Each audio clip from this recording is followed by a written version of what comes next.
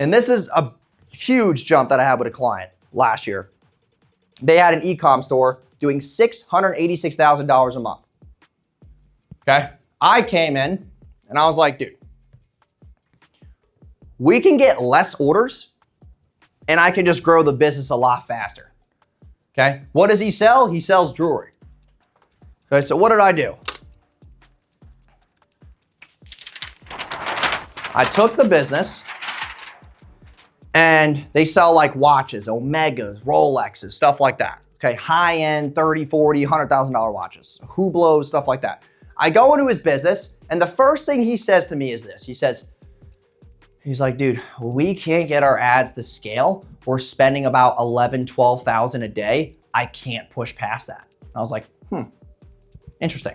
So I'm looking at all his ads, I'm looking at all his stuff, and I'm like, what did I do? I went into the store as a consumer, okay? First thing I get is an email pop-up. It was for $400 off. So $400 off your first watch. This was the first journey that I can take. I join his list. I get one email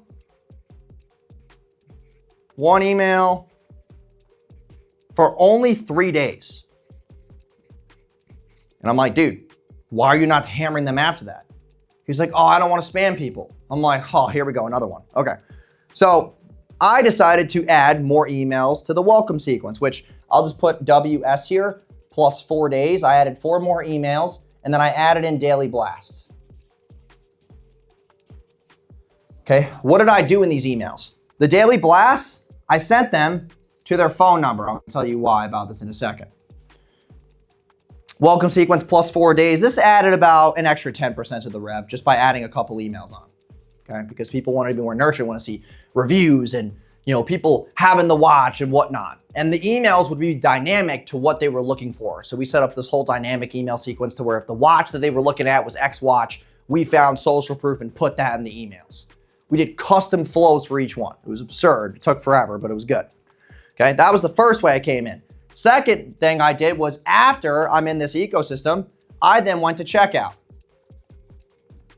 I go through checkout and I realized this one problem that he had.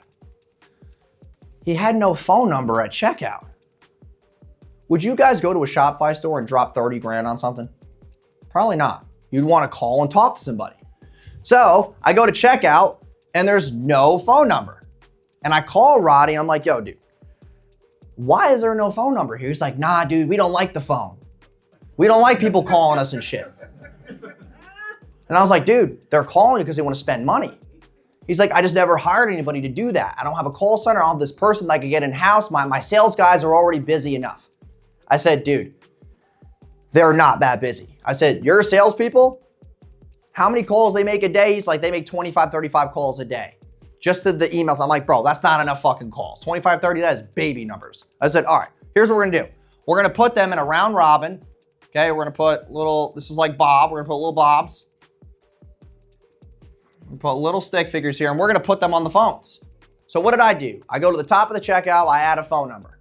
The next day, Roddy calls, he's like, bro, you gotta cut this shit out. The phone's ringing all day. My guys are swamped. Yeah, we're getting sales, but this guy wants to go on his lunch break. He can't go on his lunch break. I said, bro, we'll just hire one extra person to let these guys eat lunch, okay? We'll let them eat lunch, we'll get one more person. And then I let it run for the first 15 days of the next month. And I literally was able to get a higher AOV and more revenue in 15 days than he did the whole last month.